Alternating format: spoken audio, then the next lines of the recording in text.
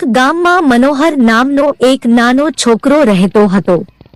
મનોહર ખૂબ જ હોશિયાર અને દયાળુ હતો. તેને હંમેશા નવું શીખવાનો અને બીજાની મદદ કરવાનો શોખ હતો. એક દિવસ ગામની શાળામાં શિક્ષકે બધા બાળકોને એક કાર્ય આપ્યું. સાચું બોલવાથી અને મહેનતથી જ જીવનમાં સફળતા મળે છે. શિક્ષકે કહ્યું કે બીજા દિવસે દરેક બાળક એક નાનું ઉદાહરણ લઈને આવશે. મનોહરે ઘરમાં વિચારવાનું શરૂ કર્યું. એ જ સાંજે તેની મમ્મીએ તેને દુકાનમાંથી દૂધ લેવા મોકલ્યો. દૂધવાળો ભૂલથી મનોહરને વધારે પૈસા પરત આપી દીધા. મનોહરને વિચાર આવ્યું કે હવે હું શું કરું.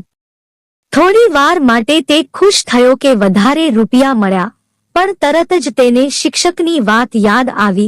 સાચું બોલવું જ સાચું જીવન છે. મનોહરે તરત જ દૂધવાળાને રૂપિયા પરત આપ્યા.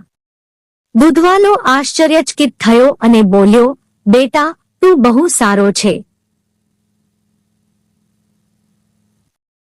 તારી સચ્ચાઈથી મને આનંદ થયો. બીજા દિવસે મનોહરે શાળામાં આ બનાવ સૌને સંભળાવ્યો. શિક્ષક ખૂબ ખુશ થયા અને બધા બાળકોને કહ્યું, મનોહરે બતાવ્યું કે ઈમાનદારી સૌથી મોટું ગુણ છે. આપણે હંમેશા સાચું બોલવું જોઈએ.